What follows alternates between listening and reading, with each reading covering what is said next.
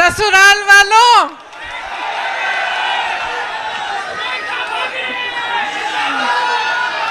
यहाँ आकर बहुत खुशी हुई है और आज इस भारत जोड़ो न्याय यात्रा में भाग लेते हुए मुझे बहुत बहुत खुशी हो रही है, खास तौर से क्योंकि आज इस यात्रा में पहली बार मैं अपने ससुराल वालों के साथ आई हूँ।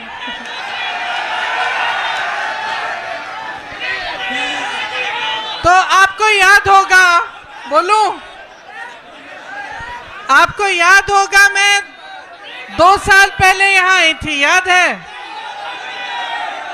बड़ी मीटिंग हुई थी, बोलने दो भाई।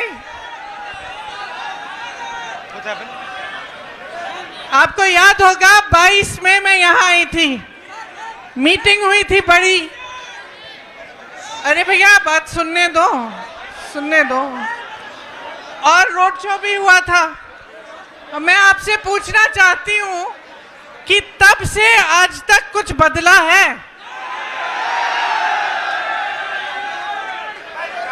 उस समय चुनाव था विधानसभा का, आपने भाजपा को जिताया, योगी जी को जिताया, 2 साल और उनको मौका मिला है। मैं आपसे पूछना चाहती हूं कि जो आपकी समस्याएं हैं, जो आपकी असली समस्याएं, आपका दुख है, जो महंगाई है, जो बेरोजगारी है, जो रोज रोज इन परीक्षाओं में जो पेपर लीक हो रहे हैं, जिनके लिए नौजवान बच्चे, आपके बच्चे मेहनत करते हैं, पढ़ते हैं, फीस भरते हैं, ये सिलसिला अभी तक जारी है कि नहीं कि पेपर लीक होते रहते हैं? बताइए, जारी है? तो जब आप 2 साल बाद सरकार चुन रहे थे, आप चुनाव में अपना वोट डाल रहे थे, तो मैं जानना चाहती हूं कि आप क्या सोच रहे थे? क्या आपने सोचा, सुनिए, क्या आपने सोचा कि यहाँ का विकास होगा? सोचा था? अब यहाँ पे पीतल के कारखाने हैं, बड़े बड़े पीतल के कारोबार हैं, क्या आपकी तरक्की हुई है? हुई है। जितनी भी मदद आपको सरकार से मिलनी थी वो बंद हो गई, ऊपर से जीएसटी, और जितना काम कर रहे थे उसका शायद आधा काम कर रहे होंगे आज। मुश्किलें कम हुई हैं या बढ़ी हैं? बढ़ गई हैं। यहाँ नौजवान हैं सारे। उस समय मैंने पूछा था रोजगार मिलता है? आज रोजगार मिल रहा है। तो ये जो मेहनत कर रहे हो, जो 4-4 बजे सुबह पुलिस में भर्ती होने के लिए दौड़ लगाते हो, तो सेना में भर्ती होने के लिए दौड़ लगाते हो, उसके बाद जब परीक्षा लिखते हो, उसके लिए फीस भरते हो, माँ बाप मेहनत करके ट्यूशन में भेजते हैं, ये सब करने के बावजूद क्या होता है? आपको मालूम है कि 28 लाख बच्चों ने, यूपी के 28 लाख बच्चों ने पुलिस का भर्ती का इम्तिहान दिया है। 28 लाख, सोचो, इसका मतलब है कि यूपी के लगभग हर गांव में से 4 या 5 नौजवानों ने ये परीक्षा दी। एक आशा थी, एक उम्मीद थी उनके मन में, ये नहीं कि मुफ्त में कुछ मिल रहा है। पढ़ के मेहनत करके वो चाहते थे अपनी परीक्षा में पास हो। क्या हुआ? पेपर लीक हो गया।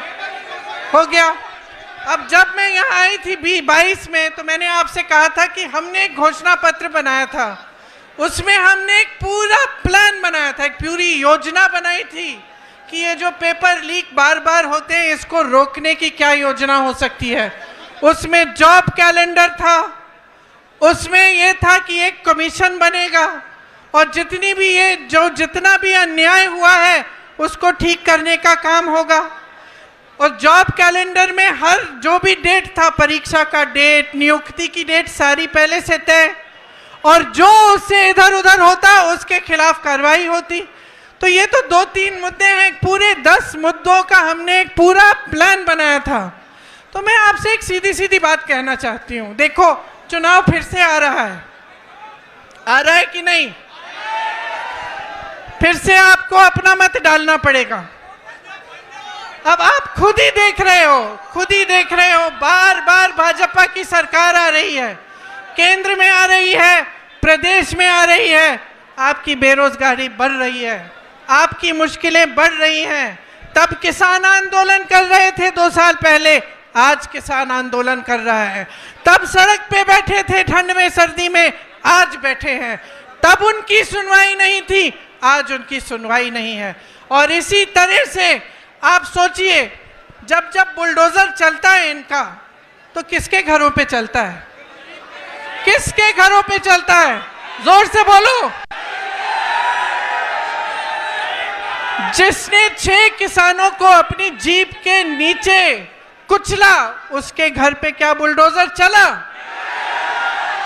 जिसने महिलाओं के साथ अत्याचार किया, उसके घर पे बुलडोजर चला? जो ये पेपर लीक के घोटालों से पैसे खाए जा रहा है, उन लोगों के जिन्होंने पैसे खाए हैं, जो बार बार ये घोटाला करते हैं, बार बार लीक कराते हैं, उनके घरों में बुलडोजर चला? नहीं चला ना। सोचिए, ये सब बहुत बड़ी बड़ी बातें हैं दिखावे के लिए। ये जितने बड़े बड़े इश्तिहार आपको दिखते हैं, जिसमें आपको दिख रहा है कि बहुत तरक्की हो रही है, जब तक आपकी तरक्की नहीं होगी, जब तक आपको रोजगार नहीं मिलेगा, जब तक आपके पेपर लीक बंद नहीं होंगे, तब तक आपकी तरक्की नहीं हो सकती है। जब तक यहाँ की महिलाएं सुरक्षित ना हो, आगे बढ़ नहीं पाए, तब तक आपकी तरक्की नहीं हो रही है। तो मैं सिर्फ आपको, मैंने उस समय भी बोला और अभी भी बोल रही हूँ, अपने अनुभव को देखो, अपने अनुभव को देखो कि भाई 5 सालों में, 10 सालों में मिला क्या है? नौकरी मिली, दुकान जाते हो तो सब्जी खरीद पाते हो? आपको मालूम है गन्ने का जो दाम है, जो आपको मिलना चाहिए सरकार से, वो हर साल, पिछले 7 सालों में हर साल सिर्फ मात्र 7 रुपए गन्ने का दाम बढ़ा है कि नहीं? 7 रुपए, ठीक है? तो मान लो 5 सालों में 35 रुपए बढ़ा होगा। और आप जब सब्जी खरीदने जाते हैं तो कितने बढ़ गए दाम? आलू मिलता है, प्याज मिलती है, टमाटर मिलता है, आप जाते हो 3 चीजों को लेने के लिए, घर आते हो 1 लेके। तो भाई देखो, जब तक आपको खुद समझ में नहीं आएगा, जब तक आप अपने अनुभव पर नहीं उतरोगे, तब तक कुछ नहीं बदलने वाला। हम चीखते चिल्लाते जाएंगे, कुछ नहीं बदलेगा। बदलाव तब आएगा जब आप अपनी परिस्थितियों को समझकर अपना वोट डालोगे, जब आप सवाल उठाओगे सरकार से कि मुझे सब्जी क्यों नहीं मिल रही है, इतनी महंगाई क्यों है, मेरा बच्चा पढ़ता है, मेहनत करता है, उसको नौकरी क्यों नहीं मिल रही है। जब तक ये सवाल आप नहीं उठाएंगे, जब तक इन परिस्थितियों को देखते हुए आप अपना वोट नहीं डालेंगे, तब तक आप इसी खाई में डूबे रहोगे। इसीलिए मैं आपसे कहना चाहती हूं, इस खाई में से निकलो। जब वोट डालने जाते हो, सोच समझ के अपना वोट दो।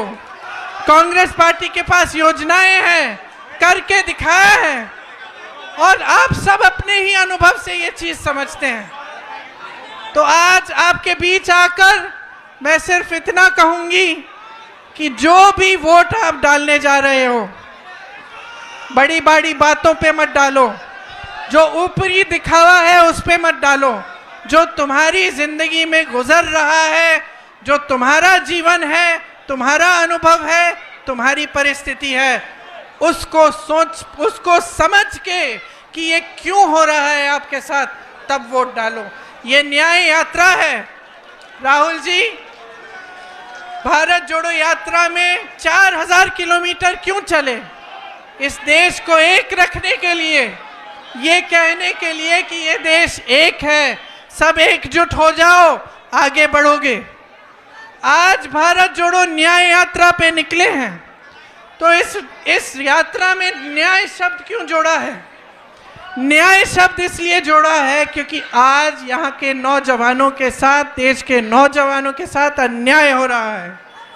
आज देश की महिलाओं के साथ अन्याय हो रहा है। आप मेहनत करते हैं, आपके पेपर लीक होते हैं। आप मेहनत करते हैं, आपको नौकरी नहीं मिलती, रोजगार नहीं मिलता।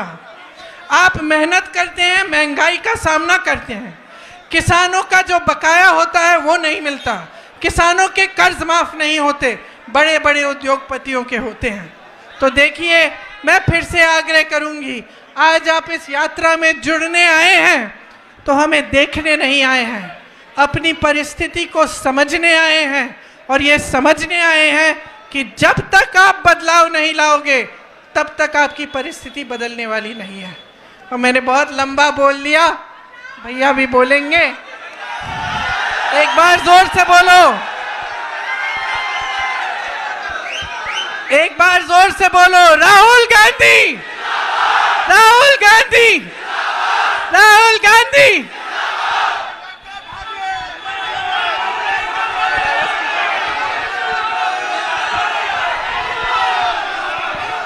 आप सबका बहुत बहुत नमस्कार। कैसे हैं आप लोग? सुनाई नहीं दिया, कैसे हैं आप लोग?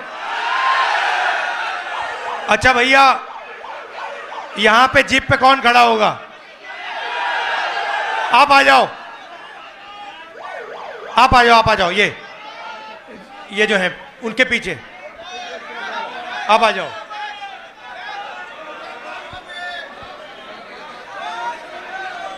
नाम क्या है भैया आपका? कौशिक जी, ऊपर आइए जरा।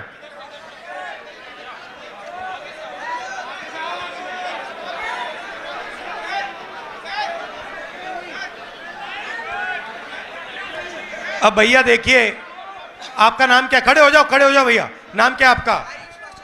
आयुष कौशिक जी हैं। नमस्कार करो जरा। अब बताओ मुझे एक बात, अभी बुलाएंगे। आयुष जी से नहीं पूछ रहा, मैं आपसे पूछ रहा हूं। आयुष जी जरा इधर देखिए। अब मान लो अगर हमें आयुष जी की जेब काटनी हो, मान लो हमने सोचा कि भैया आयुष जी की जेब काटो, सबसे पहले हमें क्या करना पड़ेगा? हाँ, सबसे पहले भैया आयुष जी उधर देखो जरा। हाँ वो देखो भैया, ये देखो, इधर देखो जरा भैया, वो ऊपर देखो, फ्लाईओवर की ओर देखो जरा। ये पहले ये करना पड़ेगा, पहले इसका ध्यान भटकाना पड़ेगा। सही? ये काम आपके लिए नरेंद्र मोदी जी करते हैं। भाई और बहनों, वो उधर देखो, भाई और बहनों इधर देखो, भाई और बहनों ऊपर देखो, भाई और बहनों नीचे देखो। अब उसके बाद क्या चाहिए आपको? उसके बाद कौशिक जी जरा घूमिए जरा। उसके बाद जब उसका ध्यान चला जाएगा, पीछे से कोई आएगा, है ना, किसी को आना पड़ेगा। वो कौन है भैया? वो अदानी है, वो अंबानी है। ठीक है, अब मान लो ध्यान भटका दिया और पीछे से जेब काट दी, तो तीसरी किस चीज की जरूरत है? हाँ भैया, मुझे ये डंडा लाठी देना जरा। ये झंडा उतारो इससे। नहीं, इससे काम चलेगा, छोटा नहीं चाहिए, बड़ा चाहिए। ये तो पहला जो ध्यान भटकाता है नरेंद्र मोदी जी, दूसरा जो जेब काटता है अदानी जी, और तीसरा जो डंडा लिए घूमता है अमित शाह। कहीं भैया तुम लोगों ने कुछ किया? जब ईडी आई, सीबीआई आए, इनकम टैक्स आई, पुलिस वाले आए, तो कुछ किया, तो फिर देखो कैसा डंडा लगता है। आयुष जी धन्यवाद आपका। अभी करते, फोटो ले लो, आ जाओ। ये भैया सेल्फी का जमाना, आ जाओ आ जाओ आ जाओ, यहां बैठ जाओ।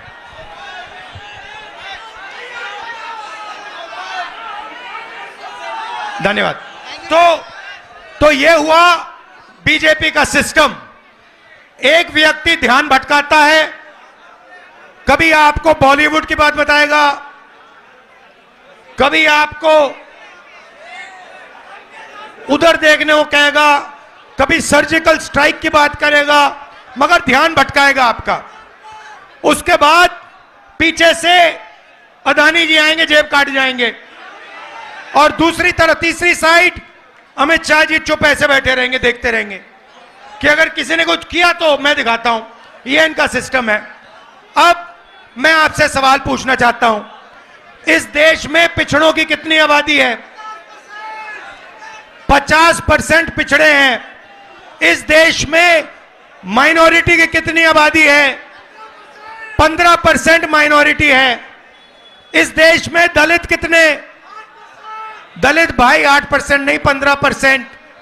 और आदिवासी कितने? 8%। जोड़ के बताओ मुझे, 50 और 15 कितना हुआ? 65। 65 और 15 80। 80 और 8 88। भाई और बहनों, मैं आपसे पूछना चाहता हूं, ये जो 90% जनता है इस देश में, दलित, आदिवासी, पिछड़े, माइनॉरिटी, इनको इस देश में कितनी भागीदारी मिल रही है? यह सबसे बड़ा सवाल है। आप सबसे बड़ी कंपनियों की लिस्ट निकालो, 200 कंपनियां सबसे बड़ी वाली, उसमें 90% का एक मालिक मुझे दिखा दो। आपको एक मालिक 90% का नहीं मिलेगा। उसके बाद आप मैनेजमेंट टीम में की लिस्ट निकालो, उसमें आपको 90% का एक नहीं मिलेगा। फिर आप कहो ठीक है 90% हिंदुस्तान की कंपनी के मालिक नहीं बनने चाहते, मैं नहीं कहता, मगर आपने मान लियो कह दिया, तो फिर मैं आपसे पूछूंगा भैया ठीक है 90% के मीडिया में कितने? मीडिया में कितने? एक नहीं है। आप मीडिया के मालिकों की लिस्ट निकालो, आपको एक ओबीसी नहीं मिलेगा, एक दलित नहीं मिलेगा, एक आदिवासी नहीं मिलेगा, एक गरीब जनरल कास्ट का नहीं मिलेगा, एक माइनॉरिटी नहीं मिलेगा। फिर बड़े बड़े पत्रकारों की लिस्ट निकालो, 90% में से आपको एक नहीं मिलेगा। फिर आप मुझसे कहोगे नहीं राहुल जी, 90% को ना मीडिया में भागीदारी चाहिए, ना हमें बड़ी कंपनियों में भागीदारी चाहिए। फिर मैं आपसे पूछूंगा ठीक है भैया बताओ, प्राइवेट अस्पतालों में आपके कितने लोग? एक भी नहीं। फिर पूछूंगा भैया ठीक है प्राइवेट अस्पतालों में भागीदारी नहीं चाहिए, तो कॉलेज यूनिवर्सिटी में तुम्हारे कितने लोग? एक भी नहीं। अरे भाई तुम लोग हो कहां? तुम हो कहां? मैं बताता हूं तुम्हें, मनरेगा की लिस्ट निकालो, उसमें आप सब लोगों के नाम दिखेंगे। कॉन्ट्रैक्ट लेबर की लिस्ट निकालो, उसमें आपके सब नाम दिखेंगे। मगर हिंदुस्तान के बड़ी बड़ी कंपनियों में, हाई कोर्ट में, मीडिया में आपके नाम नहीं मिलने वाले। नरेंद्र मोदी जी आपसे कहते हैं कि ये सबका हिंदुस्तान है। ये सबका हिंदुस्तान कैसे है अगर इसमें 90% लोगों को कोई भागीदारी नहीं मिल रही? हमने मैनिफेस्टो में साफ लिखा है, मैं आपको रास्ता भी बता देता हूं। अगर 90% को भागीदारी चाहिए तो पहला कदम, जैसे जब हार्ट टूटता है पहला कदम क्या कराते हो आप? एक्सरे कराते हो ना? तो वैसे ही पहला कदम जाति जनगणना है। इससे क्या होगा? 90% को पता लग जाएगा कि आप कौन हो, कितने हो, और सबसे ज्यादा जरूरी आपके हाथों में हिंदुस्तान का कितना धन है। बात समझ आई? आपको कहा जाता है कि भाइयों और बहनों एक दूसरे से नफरत करो। एक धर्म को दूसरे धर्म से लड़ाया जाता है, एक जात को दूसरी जात से लड़ाया जाता है, एक भाषा को दूसरी भाषा से लड़ाया जाता है, और फिर जो आपका धन है 24 घंटा आपसे वो धन लूटा जाता है। मुझे बताओ हिंदुस्तान के एयरपोर्ट किसके हाथ में है? मुझे बताओ हिंदुस्तान के बड़े बड़े इंफ्रास्ट्रक्चर प्रोजेक्ट तो दिए जाते हैं, किसको दिए जाते हैं? मुझे बताओ हिमाचल के सेब किसके हाथ में जाते हैं? मुझे बताओ हिंदुस्तान के सबसे बड़े पोर्ट किसके हाथ में है? मुझे बताओ, अग्निवीर योजना क्यों की गई? क्योंकि जो आपका रास्ता था, 90% का रास्ता था, उसको बंद करना था और अदानी जी को जो कॉन्ट्रैक्ट, हथियार के कॉन्ट्रैक्ट देने थे, वो सारे के सारे इस सरकार ने दिए अदानी जी को। तो आपको जागरूक होना है, आपको यह सवाल पूछना है, हर रोज सुबह यह पूछना है कि 90% आबादी को इस देश में कितनी भागीदारी मिल रही है, कितना धन 90% के हाथों में है। यह सवाल आपको पूछना है और कोई सवाल ही नहीं है। मैं कन्याकुमारी से कश्मीर तक 4000 किलोमीटर आपके साथ चला, 4000 किलोमीटर। उसमें यात्रा से एक नारा निकला, यात्रा से निकला, मैंने नहीं बोला, यात्रा से निकलता है, नारा निकलता है, नफरत के बाजार में मोहब्बत की दुकान खोलनी है। तो सबसे पहला काम नफरत को मिटाने का है, भाई को भाई से गले मिलाने का है। यह सबसे पहला काम है। देशभक्त देश को जोड़ता है, देशभक्त देश को तोड़ता नहीं है। देशभक्त मोहब्बत की दुकान खोलते हैं, नफरत के बाजार नहीं चलाते हैं। यह मेरा आपके लिए मैसेज है। आप जो भी करते हो करो, मगर सबसे पहले एक बात समझ लो, नफरत को नफरत से नहीं काटा जा सकता।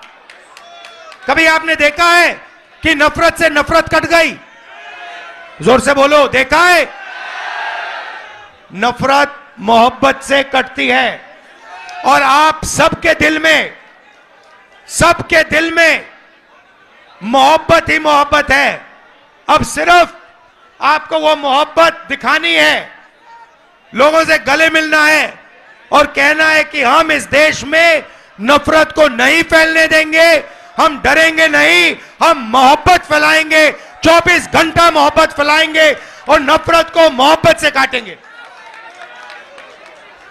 आप सब यहां आए, इसके लिए दिल से मैं आपका धन्यवाद करता हूं। आपने यात्रा में अपनी पूरी शक्ति दी, आपने अपना प्यार दिया, दिल से आपका धन्यवाद करता हूं। नमस्कार, जय हिंद।